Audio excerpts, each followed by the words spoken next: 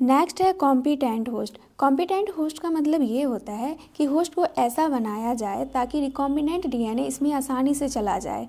DNA जो होता है ये हाइड्रोफिलिक मॉलिक्यूल होता है, इसलिए ये सेल मेम्ब्रेन से पास नहीं कर पाता है। बैक्टीरिया को फोर्स किया जाता है कि ये प्लाज्मिड को ले लें। प्लाज्मिड को बैक्टीरिया के अंदर डालने के लिए बहुत सारा प्रोसेस किया जाता है। फर्स्ट प्रोसेस है बैक्टीरिया को ट्रीट किया जाता है डाइवैलेंट कैटायन के साथ, एंड डाइवैलेंट कैटायन में आता है कैल्शियम। जब बैक्टीरिया को डाल दिया जाता है डाइवैलेंट कैटायन के कंसंट्रेशन में, तब बैक्टीरिया का जो वाल रहता है उसमें होल हो जाता है। होल होने की वजह से जो रिकॉम्बिनेंट डीएनए रहता है मतलब कि प्लाज्मिड, वो बैक्टीरिया के अंदर चला जाता है, बट उतना अच्छा से नहीं जाता है, तो इसलिए सेकेंड प्रोसेस किया जाता है। सेकेंड स्टेप में जो बैक्टीरिया रहता है उसको आइस पर रख दिया जाता है। थर्ड स्टेप में बैक्टीरिया को 42 डिग्री सेल्सियस का हीट दिया जाता है, इसी को बोलते हैं heat shock. And fourth step में फिर से बैक्टीरिया को आइस पे रख दिया जाता है। तो अब जो है रिकॉम्बिनेंट डीएनए अच्छा से चला गया है बैक्टीरिया के अंदर। रिकॉम्बिनेंट डीएनए कैसे इंटर करता है होस्ट में, इसको हम आसानी से याद रख सकते हैं सिंपल एग्जाम्पल के बेसिस पे। बैक्टीरिया को मान लेते हैं गर्लफ्रेंड, रिकॉम्बिनेंट डीएनए को मान लेते हैं बॉयफ्रेंड। अब गर्लफ्रेंड नाराज़ है अपने बॉयफ्रेंड से, तो बॉयफ्रेंड को मनाने के लिए कुछ करना पड़ेगा।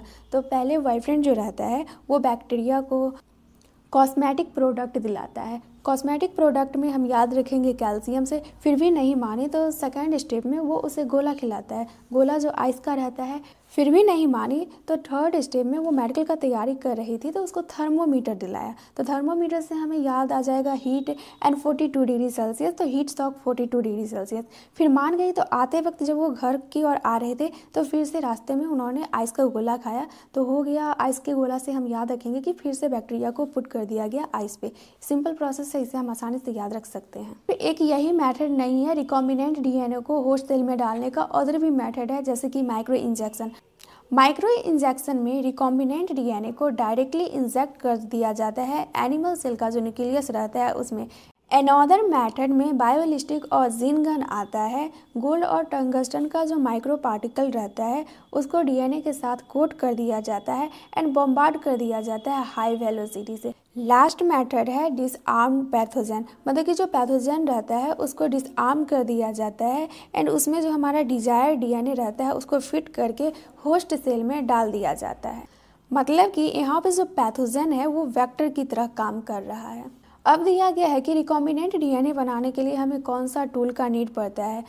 नेक्स्ट है process of recombinant DNA technology. Recombinant DNA technology में बहुत सारा स्टेप इन्वॉल्व रहता है।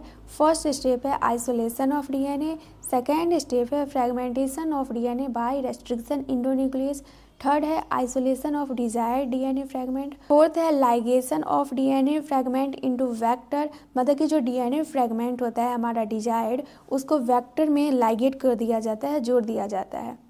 फिफ्थ है transfer recombinant DNA into the host, मतलब कि जो रिकॉम्बिनेंट डीएनए है उसको ट्रांसफ़र कर दिया जाता है होस्ट में। एंड लास्ट है होस्ट सेल का कल्चर होता है मीडियम में एट लार्ज स्केल एंड यहाँ से एक्सट्रैक्ट किया जाता है डिजायर्ड प्रोडक्ट को। नेक्स्ट है isolation of genetic material. Genetic material में जनरली डीएनए होता है। न्यूक्लिक एसिड जेनेटिक मटेरियल होता है सभी ऑर्गेनिज्म में without any exception. Majority organism जो रहता है उसका जेनेटिक मटेरियल डीएनए ही रहता है। डीएनए को कट किया जाता है रेस्ट्रिक्शंस एंजाइम से एंड हमें प्योर डीएनए का नीड पड़ता है। तो डीएनए जो रहता है ये क्लोज रहता है मेम्ब्रेन में एंड मेम्ब्रेन को जब तोड़ा जाता है तो वहाँ से रिलीज होता है डीएनए के साथ मैक्रोमोलिक्यूल्स एंड मैक्रोमोलिक्यूल्स में आता है RNA, protein, polysaccharide and lipids. अब यहाँ पे दिया गया है कि जो मेम्ब्रेन को तोड़ा जाता है उसमें क्या यूज़ किया जाता है। तो बैक्टीरिया में यूज़ किया जाता है लाइसोजाइम, प्लांट में यूज़ किया जाता है सेलुलोज एंड फंगस में यूज़ किया जाता है काइटिनेज। जीन लोकेटेड रहता है लॉन्ग मॉलिक्यूल्स के डीएनए पे एंड डीएनए इंटरवाइनेड रहता है हिस्टोन से एंड हिस्टोन बना रहता है प्रोटीन का। आरएनए को रिमूव किया जाता है राइबोन्यूक्लियेज से, प्रोटीन को रिमूव किया जाता है प्रोटीएज से। अब सब कुछ निकल जाता है तो प्यूरिफाइड डीएनए हमें मिल जाता है। प्यूरिफाइड डीएनए को प्रिसिपिटेट करने के लिए इसमें चीलेड इथेनॉल डाला जाता है, फिर ये दिखाई देता है थ्रेड के जैसा। यहाँ पर देख सकते हैं डीएनए सेपरेट हो गया है एंड अब इसको रिमूव किया जा रहा है स्पूलिंग से।